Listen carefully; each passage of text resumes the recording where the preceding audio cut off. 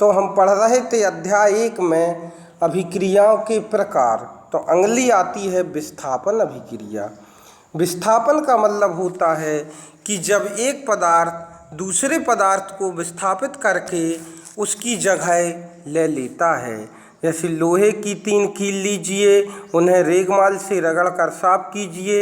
ए तथा बी से चिन्हित की हुई 2 परख नली लीजिए, प्रत्येक परख नली में 10 ml कॉपर सल्फेट का विलयन लीजिए। 2 कीलों को धागे से बांधकर सावधानी पूर्वक परख नली बी के कॉपर सल्फेट के विलयन में लगभग 20 मिनट तक डुबो के रखिए।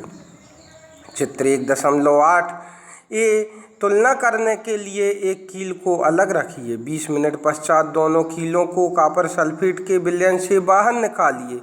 परख नली ए तथा बी में कॉपर सल्फेट के विलयन के नीले रंग की तीव्रता की तुलना कीजिए। कॉपर सल्फेट के विलयन में डूबी हुई कीलों के रंग की तुलना बाहर रखी कील से कीजिए। इसमें देखेंगे लोहे की कील का रंग भूरा क्यों हो गया तथा कॉपर सल्फेट के विलयन का नीला रंग मलिन क्यों पड़ गया।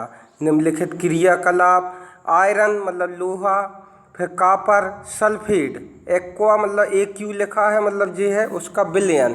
तो जब इसको डालते हैं तो क्या होता है कि कॉपर को हटा के आयरन उससे जुड़ जाता है और कॉपर अलग निकल जाता है, मतलब आयरन विस्थापित कर देता है कॉपर को। इस अभिक्रिया में लोहा मतलब आयरन दूसरे तत्व कॉपर को सल्फेट के विलयन से विस्थापित कर दिया या हटा दिया। इस अभिक्रिया को विस्थापन अभिक्रिया कहते हैं।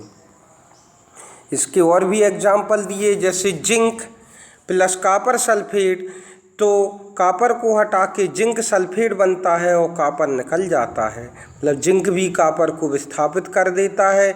इसी प्रकार लेड PB लेड और कॉपर क्लोराइड, तो लेड जुड़ जाता है और कॉपर निकल जाता है। तो इससे भी तो जिंक तथा लेड कॉपर की अपेक्षा अधिक क्रियाशील तत्व हैं। जिंक और लेड जो है कॉपर की अपेक्षा अधिक क्रियाशील कहलाएंगे, क्योंकि कॉपर को हटा के स्वयं उसको जुड़ जाते हैं, मतलब विस्थापित कर देते हैं।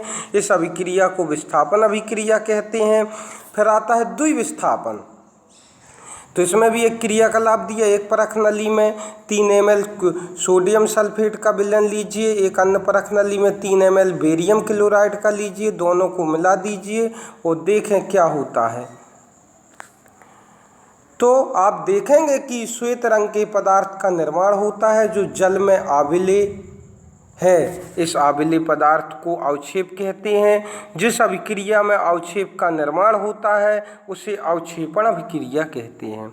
जैसे सोडियम सल्फेट और बेरियम क्लोराइड, तो बनता है बेरियम सल्फेट बन जाता है, मतलब बेरियम सल्फेट से जुड़ जाता है, मतलब अदला बदली हो जाती है, और इधर आके सोडियम जुड़ जाएगा क्लोरीन से, सोडियम क्लोरीन। ऐसा क्यों होता है? बेरियम और तथा सल्फेट की अभिक्रिया में बेरियम सल्फेट के अवक्षेप का निर्माण होता है एवं एक अन्य उत्पाद सोडियम क्लोराइड का भी निर्माण होता है, जो विलयन में ही रहता है। वे अभिक्रियाएं जिसमें अभिकारकों के बीच आयनों का आदान प्रदान होता है। आयन मतलब जैसे बेरियम 2+ आयन, सल्फेट 2- आयन रहता है, तो ये आयन कहलाते, जिनमें धन मतलब ऋण और धन दोनों जुड़े होते हैं, उन्हें द्विविस्थापन अभिक्रिया कहते हैं। जिनमें आयनों का आदान प्रदान होता है वो द्विविस्थापन अभिक्रिया कहलाती है। फिर आता उपचयन और अपचयन। तो कॉपर चूर्ण की सतह पर कॉपर ऑक्साइड की काली परत चढ़ जाती है।